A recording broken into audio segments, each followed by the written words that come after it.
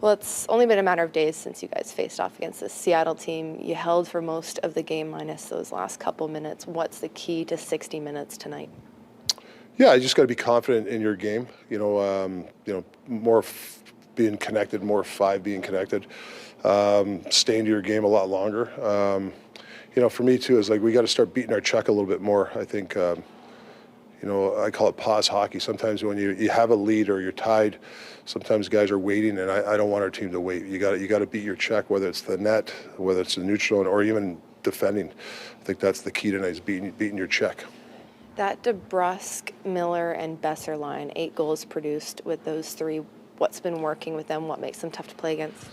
Well, I think when Jake's got the speed to the neutral zone, obviously, Bess around the net, he's really good, and Billsy's kind of a jack of all trades. They're a team. They're a line that when they're going and they're out doing what they're supposed to, they're tough to play against. Any lineup changes, you think, Doc? We don't know yet on defense. We'll make it a game time on that one. When you have 2 strong starting goalies and you've got a busy week like this and a back-to-back, what goes into the decision on who starts? Well, we have a luxury. Like I said, we have 2 great goalies. Obviously, the back-to-back. Obviously, Demmer plays tonight, and then Lanks will be in tomorrow. So those are easy decisions. But right now, keeping some guys fresh. Giving Demmer enough games where he can get his legs underneath him.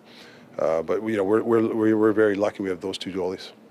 A couple general ones. When you were watching that game the other night, do you think back to when that was standard hockey, standard procedure when you played the 3-1 Calgary, like all the fights and that feistiness? Oh yeah, I think rival games. Well, back in the day, that happened a lot. Yeah.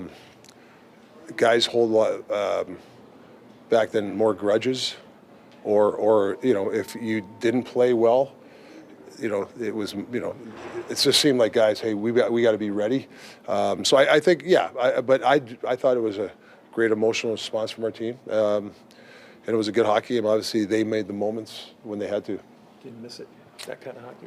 On a more well, I don't like stage fight. I don't like just the sake of fighting, but when you feel something's getting taken advantage of, you got to answer the bell, whatever that is. And to me, tough hockey nowadays is, the guys know who has to go out and do their thing, but it could be a skill guy after a team does something where he holds a puck or he blocks a that's tough hockey. Dropping the gloves. Not everybody's going to drop the gloves, and I don't care about that. But other guys have participate in the tough hockey, and like I said, it might be just holding a puck in the corner for 5-10 seconds to wait for a line change. It's little things like that, I think, what good teams do, and that's tough hockey to me. Right. Do you generally, is that one of the hardest adjustments coaching nowadays, is the way the players in the game has changed to when you were 10th all-time PIMS? Well, I think there's more, you got to be more of a teacher now. I don't like use the word dictators because, the coaches back in the day were great coaches, don't get me wrong, but it was more stated, hey, you got to do this or you're either not going to play, or it was more, you're not playing or you're going to the mine or whatever. Now it's more, you got to really teach. It's a why generation. Guys want to know why. Why are we doing this forecheck tonight? And you got to explain. Don't get me wrong. I mean, there still has to be a little bit of, hey, coaches, hey, this is what we're doing. But I think it's a little bit more, it's a lot more teaching, I think. So I think that we ourselves in a good spot against them last game, without against the last 5 minutes in the third. But saying that, it's a new game, every game's different. I think we just need to do similar things that we did in that game and continue to build, continue to get chemistry with each other and find ways to get more offense. That line between you, Miller, and Brock, 8 goals produced with you 3. What's clicking with you guys?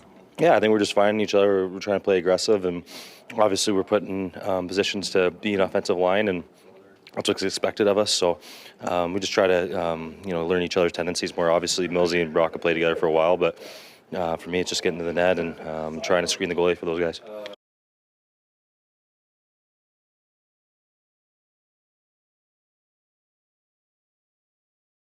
Let's grind these bitches down here. One hockey game is fucking great. Wasn't fucking pretty. I stuck with it the whole fucking way. Got the fucking 2 points. Verlander, reach shot, score! Tom Verlander loads up, score!